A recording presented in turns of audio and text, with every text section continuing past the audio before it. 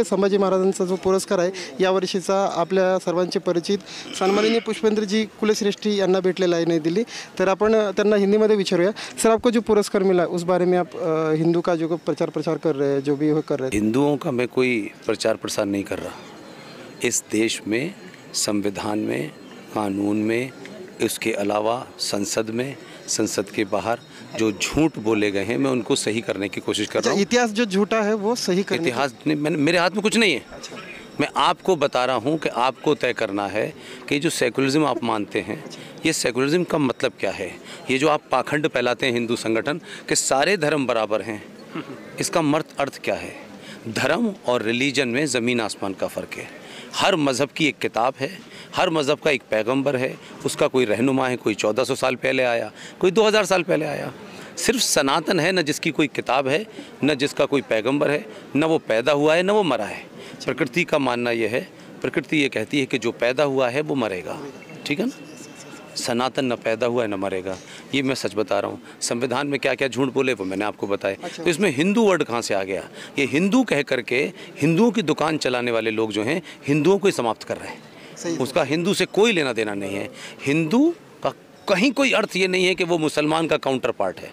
दो अलग अलग बातें हैं। जो राष्ट्र है उसे आप हिंदू कह लें, कुछ भी कह लें, राष्ट्र बड़ा होता है, देश बहुत छोटा होता है। देश को चलाते हैं, उसमें तमाम जो उसके अंग हैं, वो पुलिस है उसको भी पैसा मिलता है, सेना को भी पैसा मिलता है, सरकार को भी पैसा मिलता है। सिर्फ राष्ट्र में जो हम हैं और आप हैं, जो कॉमन लोग हैं, जो सरकार के हिस्से नहीं हैं, वही सबसे बड़ी शक्ति होती है। वो जब सरकारों के पीछे भागने लगती है तो सरकार कभी कहती है सेकुलरिज्म ठीक है, फिर कहते नहीं वामपंथ ठीक है, फिर कहते मिलीजुली सरकारें ठीक हैं, फिर संविधान की ये धारा सही है, ये गलत है। तो वो अपनी सरकार चलाने के लिए कहते हैं। सरकार को चलाने के लिए प्रधानमंत्री है, राष्ट्र को चलाने के लिए शंकराचार्य है। शंकराचार्य बताएगा ये परंपरा गलत थी, ये सही थी। सर कमज़ोर समाज, दलाल समाज, चाटुकार समाज, लालची समाज जब होता है तो सरकारों में बैठे हुए लोग तय करते हैं कि हिंदुत्व की परिभाषा क्या है। फिर वो ये तय करती है उसका एक इंस्टीट्यूशन कि सबरीमला में जेंडर जस्टिस होना चाहिए। ये आपकी कायरता है।